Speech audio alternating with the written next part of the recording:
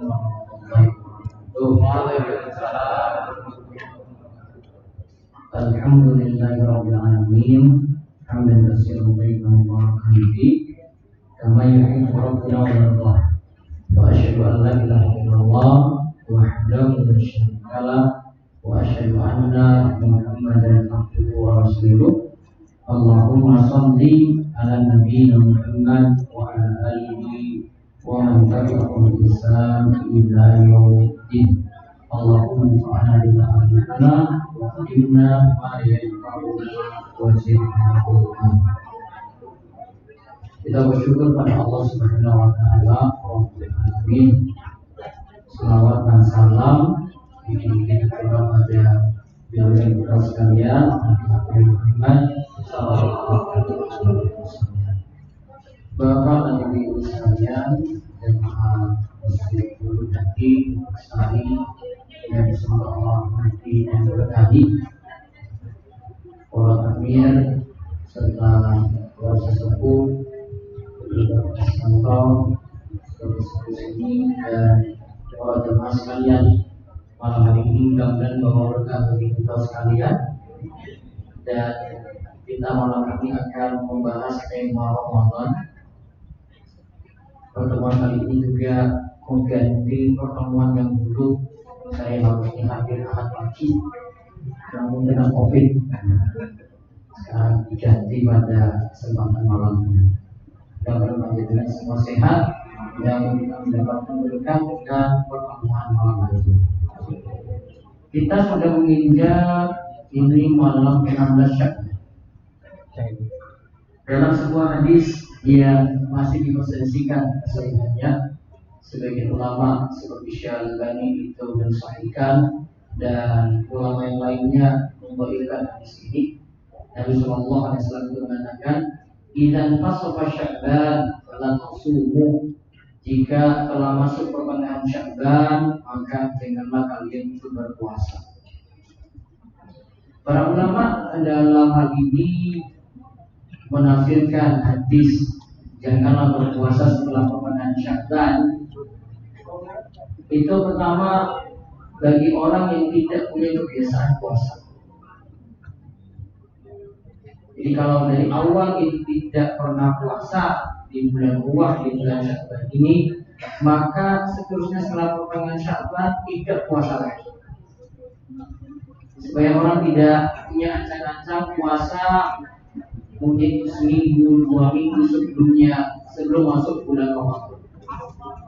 Jadi tidak ada persiapan seperti itu. Yang ada diperintahkan banyak puasa seperti yang Nabi SAW lakukan di bulan Sya'ban, dan itu berbanyak puasa bulan Sya'ban, namun dari awal. Misalnya dia puasa Daud sejak awal Sya'ban, boleh. Jadi setelah pertengahan Sya'ban dia lanjut puasa Daud lagi. Sehari puasa, sehari tidak puasa. Atau dia punya kebiasaan Senin Kamis, puasa Senin Kamis. Sejak awal Sya'ban, Senin Kamis jalan terus. Maka setelah pertengahan Sya'ban, dia boleh lanjutkan. Dia puasa Senin, Kamis sampai mau masuk Ramadan. Bahkan kalau seandainya 30 Sya'ban, sehari sebelum Ramadan punya kebiasaan puasa juga Senin Kamis tadi, dia masih boleh puasa. Termasuk untuk ibu-ibu yang punya kewajiban qadha puasa, boleh ditunaikan di bulan Sya'ban meskipun sudah lewat pertengahan Sya'ban. Meskipun sudah lewat ini tanggal berapa mau puasa, besok Ahad, besok Senin, besok Selasa, ada 3 hari puasa misalnya, masih boleh. Untuk nyaur tentang puasa tadi. Namun kalau tidak ada alasan seperti itu, cuma alasan persiapan saja untuk masuk bulan Ramadan, kalau tidak punya kebiasaan, setelah pertengahan Sya'ban tidak ada puasa. Paham ini? Nah, itu bentuk hadis. Kalau kita memilih pendapat, hadis tersebut adalah hadis yang sahih. Nah, saat ini saya mulai bahas kembali tentang amalan-amalan di bulan Ramadan. Mulai lanjut saking mesin al-ikhlas nih. Kemarin saya sudah bahas sampai tidur qailula. Nah, kalau kita sampai siang hari, tadi ada jemaah yang belum dapat, tadi ada buku ya.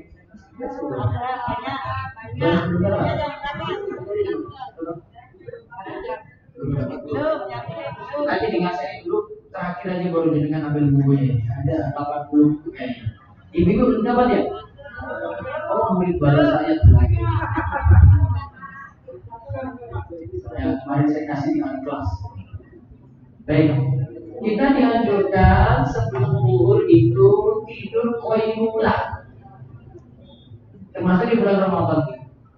Tidur qailula itu tidur siang sebentar.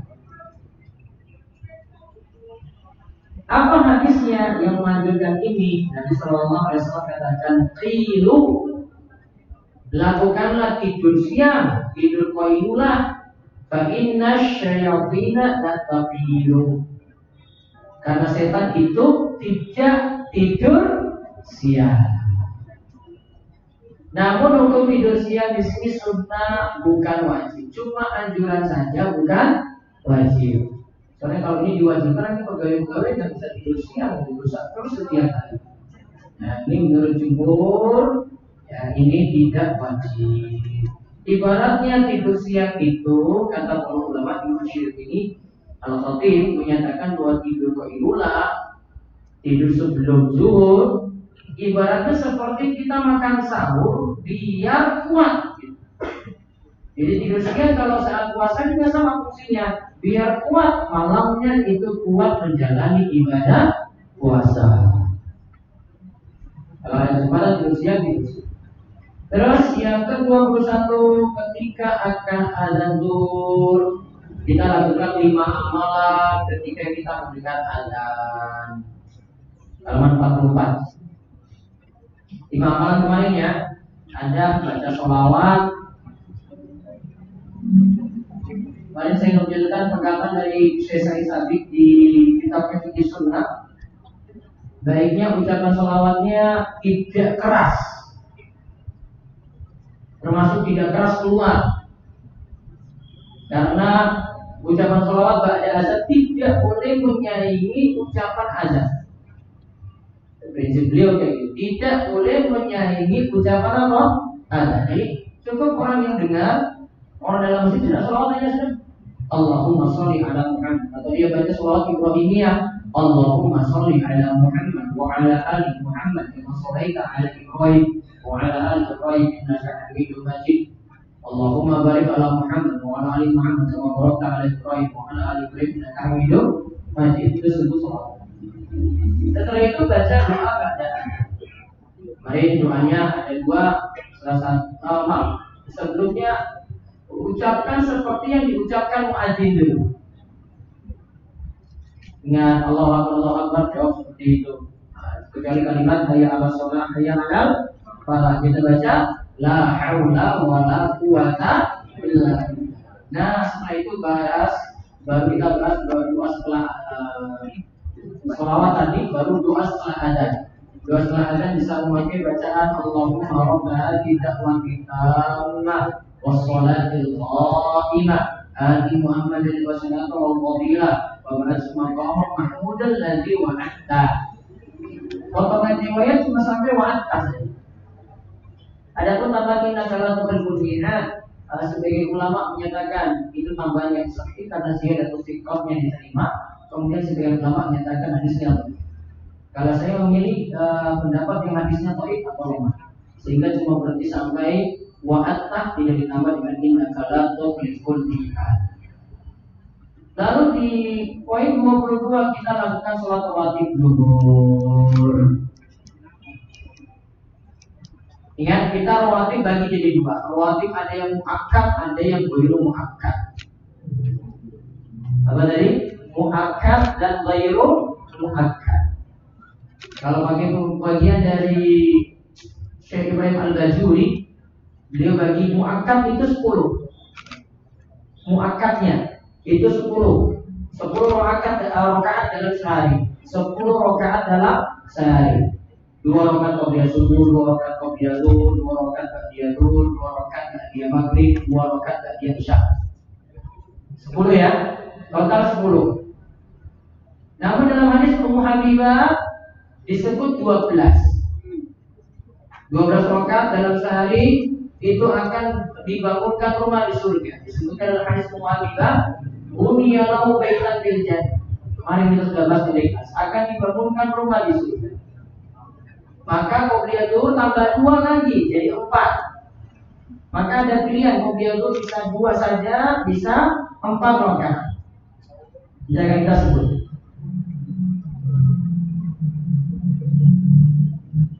Terus salat rawatib zuhur lengkapnya ada 3 macam. Rawatib zuhur itu ada 3 macam.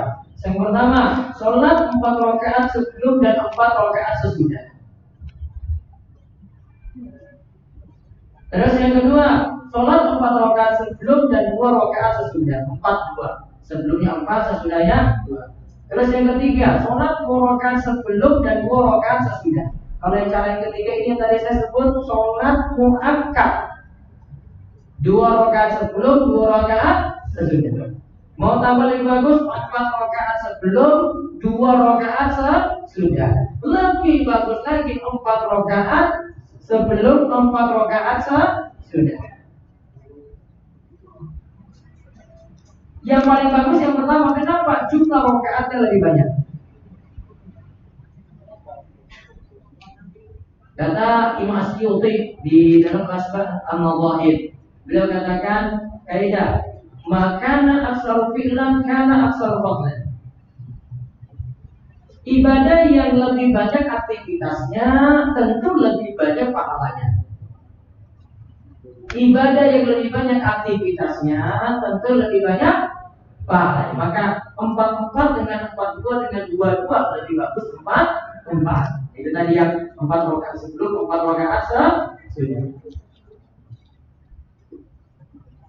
Yang tadi 4 rakaat sesudah itu hadisnya malah akan dibahaskan dari akhir neraka. Ada di poin pertama dari Ummu Habibah. Ummu Habibah siapa, Bu? Ibu kenal nggak Ummu Habibah? Pernah dengar Ummu Habibah? Itu istri Nabi, Ummahatul Mukminin. Ya, istri Nabi ada 11 namanya. Nah ini, di antaranya ini Ummu Habibah ini. Ummu Habibah beliau mengatakan bahwa beliau mendengar Rasulullah SAW bersabda, "Man hafaza ala arba'i raka'atin qabla dhuhri wa arba'i ba'daha haruma 'alan nari." Siapa yang menjaga sholat 4 rakaat sebelum zuhur dan 4 rakaat sesudah zuhur, maka Allah haramkan baginya neraka. Kalau hadis itu sebutkan Allah mengharamkan baginya neraka, ada 2 kemungkinan. Bisa jadi diharamkan neraka selamanya, gak masuk neraka sama sekali. Gak masuk neraka sama sekali. Bisa jadi makna kedua, diharamkan disiksa dalam neraka kekal abadi. Berarti dia cuma sementara saja disiksa dalam neraka.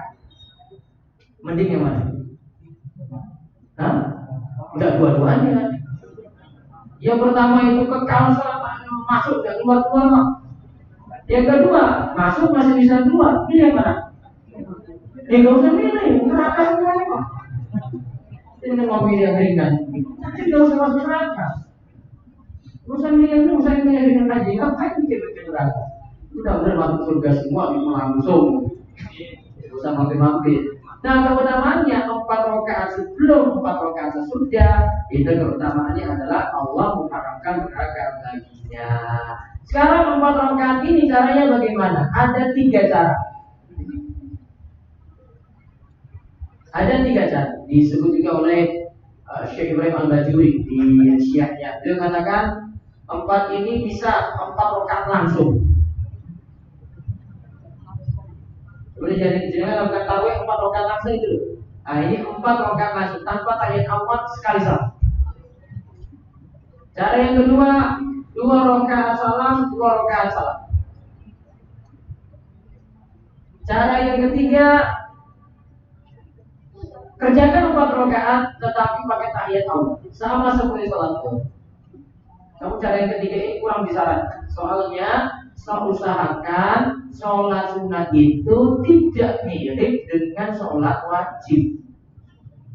Karena kalau 4 rakaat rawatib itu 4 rakaat pakai tahiyat awal dan pakai tahiyat akhir, berarti mirip dengan sholat apa? Usahakan tidak mirip dengan sholat wajib. Maka antara 2 cara, 4 sekaligus atau 2 salam, 2 salam. Lalu yang berikutnya lagi, poin 23, setelah sholat zuhur, rawatib, qobliyah ataupun ba'diyah, kan ya? Qobliyah itu saya pernah beri kaidah ya. Qobliyah itu sholat sunnah sebelum sholat wajib atau apa? Sesudah sholat wajib, yang penting masih di waktunya. Sedangkan sholat ba'diyah itu adalah sholat sunnah sesudah sholat wajib, tidak boleh sebelum sholat wajib. Ya, qobliyahnya belum, berarti qobliyahnya boleh dikerjakan setelah sholat zuhur. Setelah sholat zuhur mau qobliyah dulu ataupun ba'diyah, yang jelas itu masih di waktunya qobliyah. Lalu di poin 23, amalan 23 beristirahat bagi yang belum beristirahat. Yang tadi belum beristirahat sebelum sholat zuhur, atau menyiapkan makanan berbuka. Suami bisa membantu istri dalam hal ini, karena Nabi SAW itu dikatakan oleh Al-Aswad, dia pernah bertanya pada Aisyah, apa yang Nabi SAW lakukan di rumahnya. Rasulullah SAW biasa membantu pekerjaan keluarga di rumah. Jika telah dia waktu sholat, dia berdiri dan segera menuju sholat. Berarti Nabi SAW kalau di rumah sering bantu istri. Apa bantu istri apa yang pas buka itu? Apa? Paling untuk dulu, paling dulu. Jadi pilih, berarti kalau ada yang belum sholat asar, jadi setelah yang lainnya sholat asar, dia masih boleh kerjakan sholat asar. Karena sholat asar itu waktunya sampai matahari menguning, sebelum kuning. Waktu daruratnya itu sampai matahari tenggelam. Waktu darurat itu sampai matahari tenggelam. Waktu darurat ini hanya berlaku untuk orang yang punya uzur saja. Yang tidak punya uzur nggak boleh nunda-nunda sampai setelah matahari menguning, nggak boleh. Karena kalau dia nunda-nunda sengaja, itu sholatnya wong munafik. Wong munafik itu nunda sholat sampai mau menjelang matahari tenggelam. Mereka itu sholat ya sampai buru-buru sholatnya. Kemudian Nabi SAW katakan orang yang sholat itu menjelang matahari tenggelam itu sholat pada waktu tanduk setan itu muncul, ketika matahari terbit dan ketika matahari itu tenggelam. Lalu Imam Nawawi katakan, lalu para ulama berselisih pendapat mengenai sholat-sholat yang punya sebab, apakah boleh dilakukan di waktu terlarang tadi, seperti tahiyatul masjid, sujud tilawah, sujud syukur, sholat id. Misalnya sholat idnya baca subuh itu ya, sebelum matahari terbit atau antara matahari mau meninggi. Sholat kusuf apa? Sholat gerhana, sholat jenazah, dan mengqadha sholat yang luput.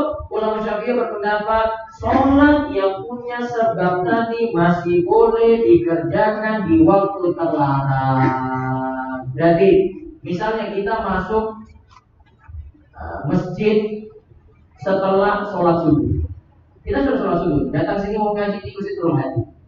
Kebetulan pengajiannya misalnya ba'da subuh langsung.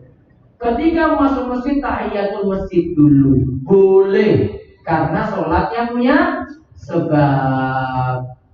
Setelah asar misalnya ada yang berwudu, setelah berwudu dia sholat sunnah wudu, berarti sholat ini juga punya sebab, masih boleh dilakukan. Atau ada gerhana munculnya itu setelah sholat asar, gerhana yang muncul dan itu punya sebab, berarti masih boleh dilakukan meskipun itu waktu terlarang untuk sholat. Di antara dalil ulama Syafi'iyah adalah Nabi SAW mengkodok sholat sunnah dulu setelah sholat asar. Berarti mengkodok sholat sunnah yang luput, sholat yang masih ada waktunya, sholat wajib yang dikodok masih boleh dikerjakan di waktu terlarang. Termasuk juga untuk sholat jenazah.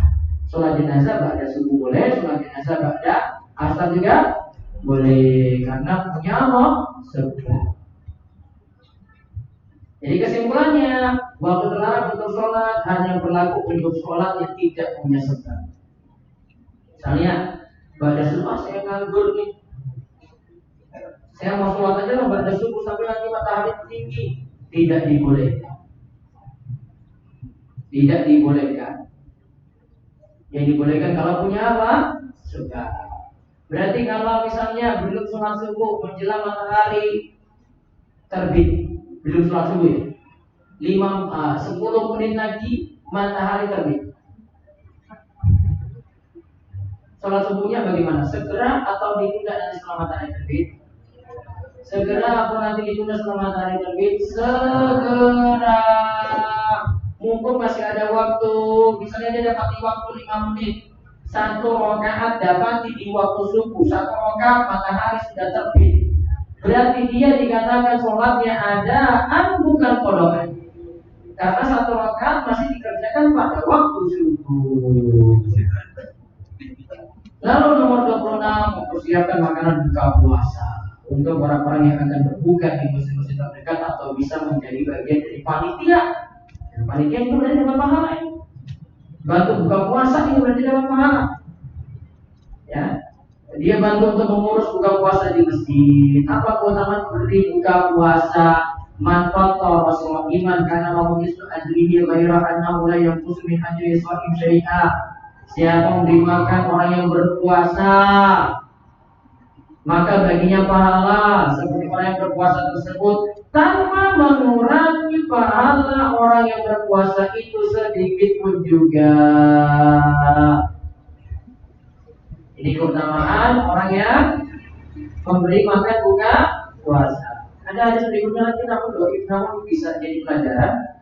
Dikatakan dalam hadis Abu Sa'id Al-Khudri, Nabi SAW bersabda, Muslim mana saja yang beri pakaian orang Islam lain yang tidak beri pakaian, misalnya Allah memberinya pakaian dari hijaunya surga. Muslim mana saja yang beri makan orang Islam yang lapar, jadi pas lagi buka kan lapar ya. Misalnya Allah akan memberinya makanan dari buah-buahan di surga. Lalu Muslim mana saja yang memberi minum orang yang kehausan, ya kan lagi buka haus juga butuh minum kan, butuh. Biasanya Allah akan memberinya minum rahiqul makhtum. Apa rahiqul makhtum? Khamar yang tilak yang masih tertutup, belum pernah dicoba sama sekali, masih jadi minuman yang nikmat. Minuman botol itu kalau belum dibuka itu lebih enak dibandingkan sudah dibuka kan. Nah yang tilak ini berarti masih ditutup. Terus disebut dapat rahiqul makhtum, minuman yang khamar. Khamarnya bukan kayak khamar di dunia, ini khamar di surga. Berarti tidak puyeng lagi seperti di dunia, nggak mabuk lagi seperti di dunia. Jadi minuman yang halal di surga. Bahkan para ulama itu katakan, siapa yang sudah menikmati khamar di dunia, dia tidak akan menikmati khamar di surga besok. Apa tadi? Siapa yang nikmati apa? Khamar di dunia, dia tidak akan menikmati lagi khamar di surga. Makanya sabar-sabar. Nikmatnya itu nanti di surga besok. Bukan satu kayaknya enak banget. Wah, di surga nantinya malah gak dapat. Dia sudah dapat di dunia, gak dijauhkan. Dia tidak dapat lagi nanti di surga. Kalau dia tobat gimana? Kalau tobat dulu. Kalau nggak tobat sampai mati, ya, dia tidak akan nikmati khamar di surga. Maka tobatlah para pemabuk segera. Ini nggak ada para pemabuk kan?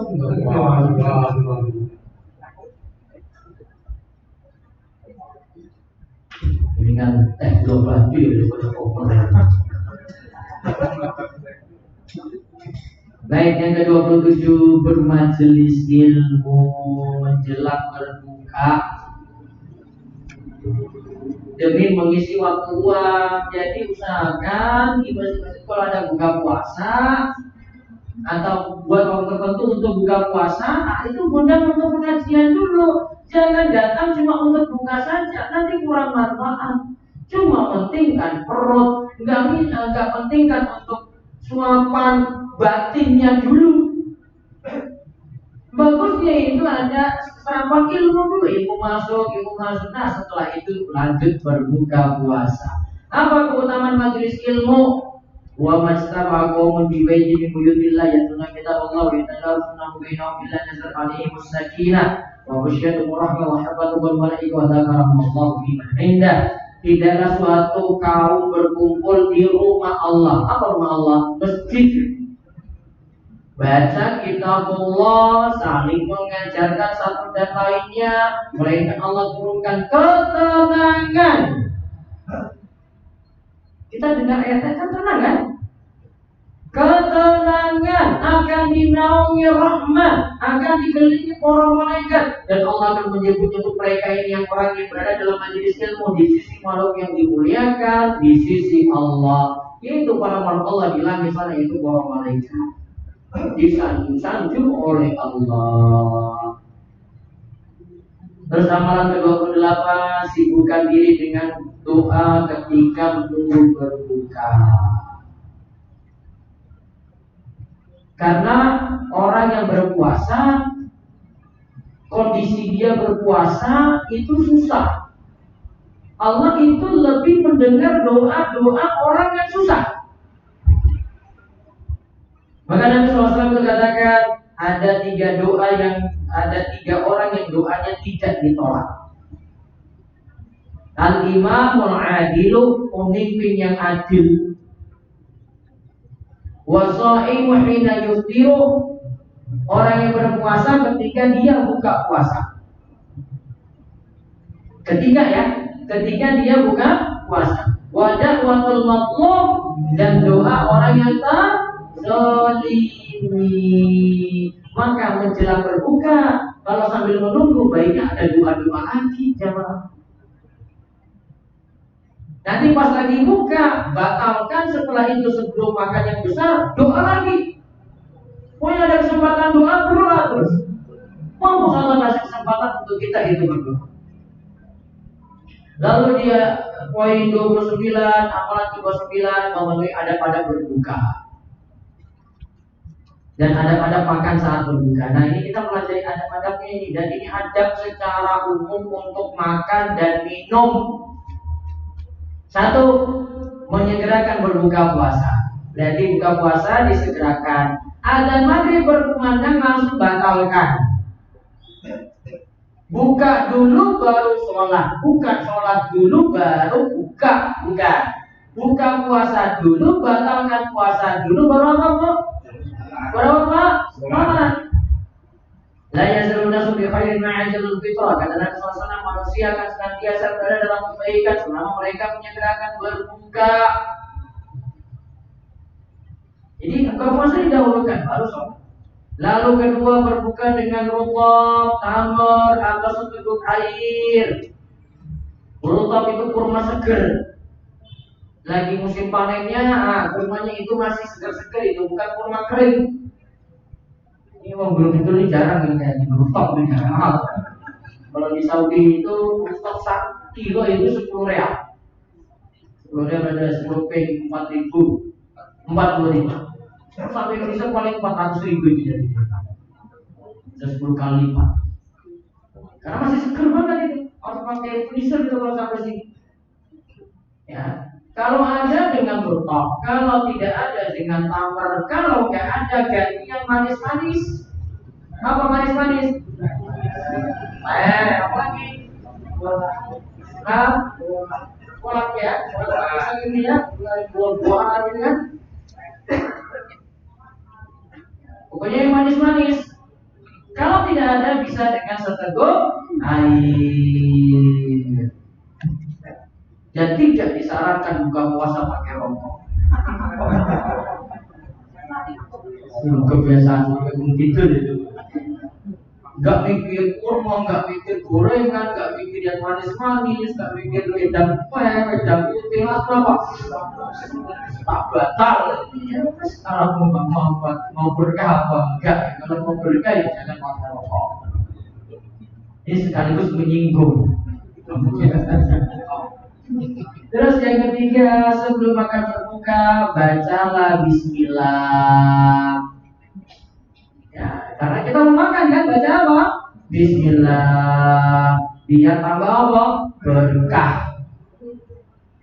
Karena Nabi SAW katakan, apabila salah seorang di antara kalian makan, maka hendaknya ia menyebut nama Allah. Jika ia lupa untuk menyebut nama Allah di awal, maka hendaklah ia mengucapkan Bismillahi awwalahu wa akhirahu. Nabi SAW pernah cerita. Jadi ada orang sejak awal itu tidak baca Bismillah. Setan itu makan bersama dia. Setan sampai kekenyangan itu makan bersama dia.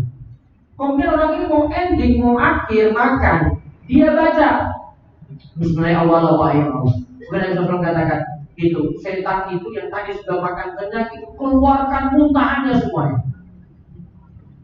Keluarkan muntahannya semuanya. Karena dia sudah baca Bismillah. Manfaatnya seperti itu. Wah Ustaz, kalau itu saya mau kerjain setan aja, saya bacanya nanti belakangan saja gitu. Setan sudah lah, kalau saya gara-gara dengan setan gitu, soalnya baca di awal saja. Kok saya mikirnya akhir gitu ya. Mendingan baca di awal, untuk orang yang lepas saja. Terus setelah itu yang keempat, tiga, ini ya, saya cukup tak ini gitu ya, sudah batal ya. Baru saya baca doa buka puasa. Kalau mengaku batal dan puasa batal ajru insya Allah. Sebagian ulama menganjurkan Allahumma lakasuttu wa bika amantu wa ala rizqika aftartu bi rahmatika ya arhamar rahimin. Ini disebut oleh Imam Nawawi di antaranya dalam Al-Azkar. Ya, namun kalau lihat dari tasbih ini tinggal disabit dah kalau mau batal dan puasa batal ajru insya Allah. Mau amalkan itu juga boleh, tidak masalah. Tapi kalau mau pakai yang sahih, pakai dah. Kalau mau batal dulu puasa batal aja, insya Allah. Doa itu maknanya dahaga telah hilang. Jadi air sudah masuk kan? Urat-urat telah basah. Ini sudah basah, ini sudah terus nih. Ya kan? Kalau pakai rokok itu nggak basah, kering. Maka nggak pas. Ini sudah minum. Pakai rokok ini nggak basah ini. Basahnya pakai minum. Terus ganti kebiasaannya gitu. Ya, ada yang mata waktu latih dulu, urat-urat telah basah, puasa batal ajru insya Allah, dan mudah-mudahan Allah tetapkan pahala untuk puasa. Terus yang kelima, mendoakan orang yang beri makan berbuka. Kalau istri yang masak ya berarti didoakan. Kalau kita makan di masjid ada yang ibu-ibu RT gitu yang masakin, doakan gitu. Atau kita dapat makan gratis, ada orang yang ngasih, didoakan. Ya minimal ya doakan dia, ya Allah mudah-mudahan dibalas untuk dia kebaikannya orang yang beri buka puasa tadi. Atau baca doa ini. Ya, ada di sini doanya dalam 60. Allahumma at'im man at'amani wa asqi man asqani. Ya Allah berikanlah makan pada orang yang beri makan kepadaku, dan berilah minum pada orang yang beri minum kepadaku. Itu didoakan. Jangan pernah lupa ini. Sudah dapat gratis, sudah terima kasih. Karena Nabi SAW mengatakan man sana'a ilaikum ma'rufan fakafi'uhu. Siapa yang berbuat baik kepadamu, balas itu. Baiklah tajidu ma tukafi'uhu. Kalau tidak dapati sesuatu untuk balas, minimal didoakan. Doanya paling minimal jazakallahu khairan. Semoga Allah membalas kebaikan untukmu. Ini matur nuwun enggak, doakan tidak, kenyang 14 bulan ya. Enggak sama-sama lagi gitu ya Bos ya. Enggak ada juga gitu. 14 hilang aja. Bisa aja kan kayak gitu. Terima kasih Pak ya.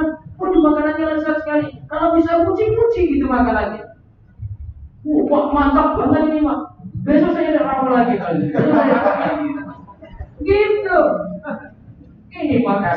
tidak, muji tidak, matur nuwun enggak. Bisa juga gak bilang apa-apa, ghosting dia. Apa ghosting? Bilang kabur, gak kasih kabar apa-apa. Ini enggak, doakan juga enggak. Bilang jazakallah khairan juga tidak. Doa ini gimana ya Pak? Allahumma at'imna at'amani wa asqi mana sekali itu juga enggak. Jelas enggak ada kebaikan sama sekali itu. Itu orang enggak tahu terima kasih. Siapa yang tidak terima kasih kepada manusia maka dia tidak bersyukur kepada Allah. Ya, maka orang kasih kebaikan apapun dibalas gitu. Ya, minimal dengan apa tadi? Doa. Doa kan enggak perlu orang tahu, kita sudah doakan. Saya baca doa ini misalnya pelan-pelan ini. Sudah. Habis makan kayak gitu aja. Alhamdulillah. Terus doakan bapaknya kasih masya Allah enak sekali masya Allah. Gitu. Ini doa mau pergi jagung juga kayak gini mungkin. Sama juga Pak. Ini umum nih doanya ini. Ya, ini doanya. Siapa pokoknya yang kasih makan didoakan, yang kasih minum didoakan, jangan lupa. Paham ya? Diamalkan pelan-pelan. Terus yang keenam, ketika berbuka puasa di rumah orang lain. Nah, saya datang ke rumah orang lain misalnya ya. Nabi ajarkan doa. Aqra innakum sha'imun wa akala ta'amakumul abrar wa sallat alaikumul malaikah. Coba lihat Nabi. Orang-orang yang berpuasa berbuka di tempat kalian. Orang-orang yang baik menyantap makanan kalian.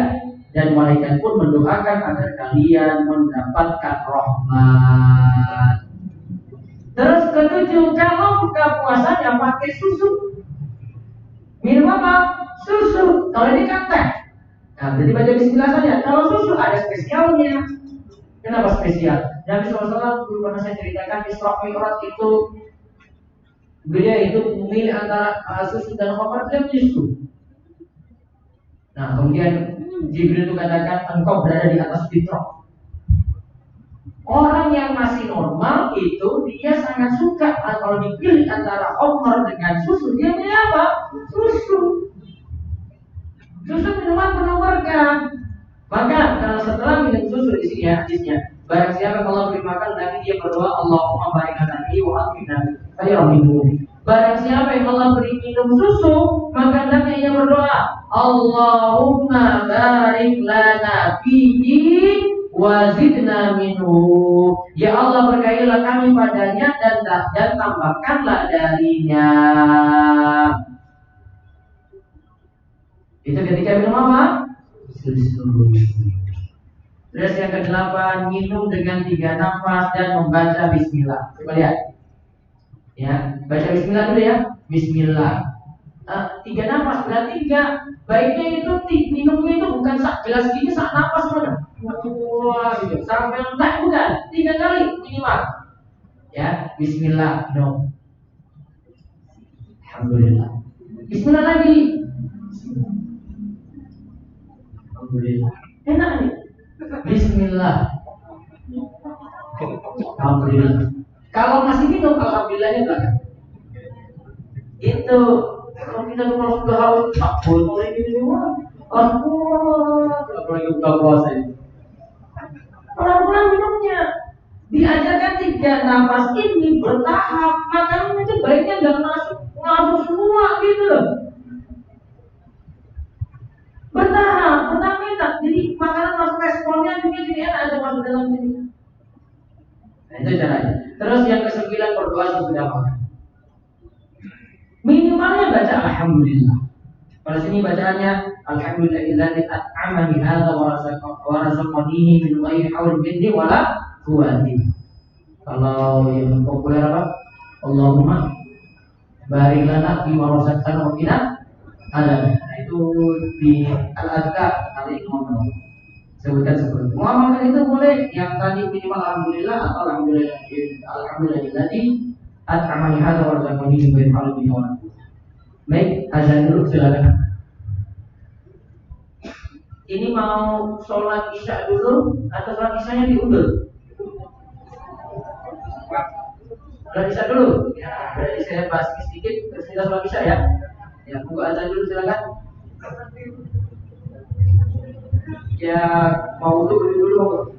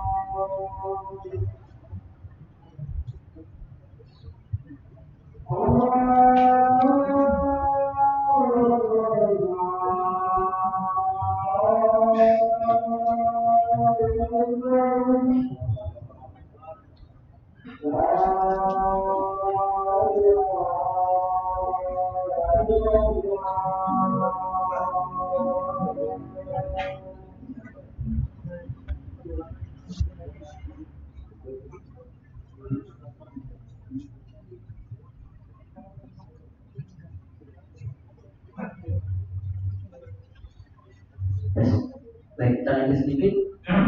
Sambil menunggu ada yang dulu. Yang ke-30 ini di waktu maghrib. Ketika azan maghrib kumandang, kita lakukan amalan sambil berbuka bisa lakukan 5 amalan jauh azan, baca 2 sesudah azan juga bisa. Lalu sholat maghrib berjamaah.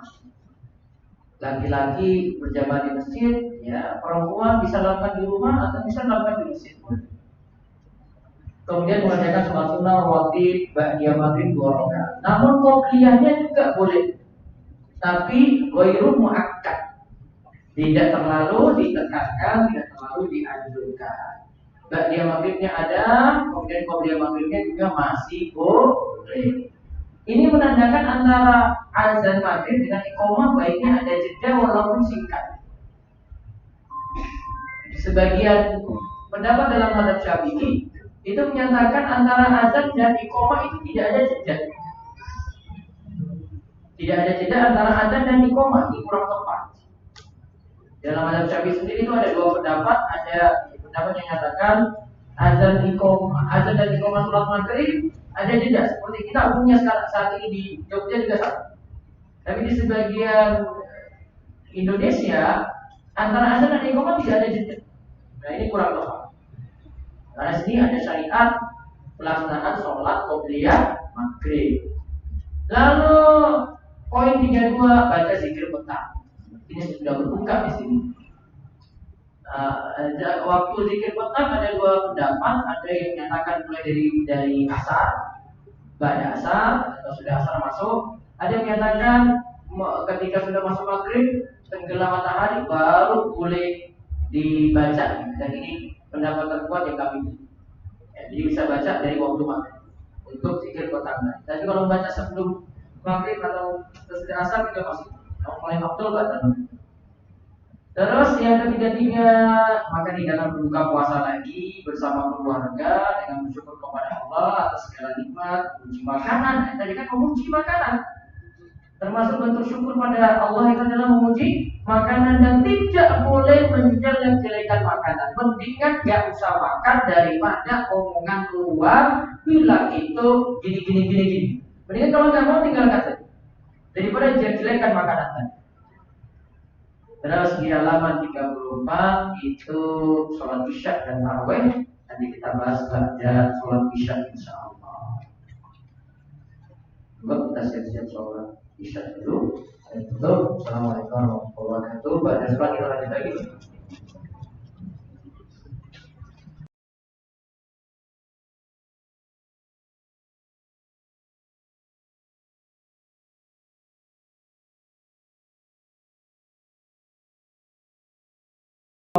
Salam. Ini dipraktekkan oleh Nabi Shallallahu Alaihi Wasallam.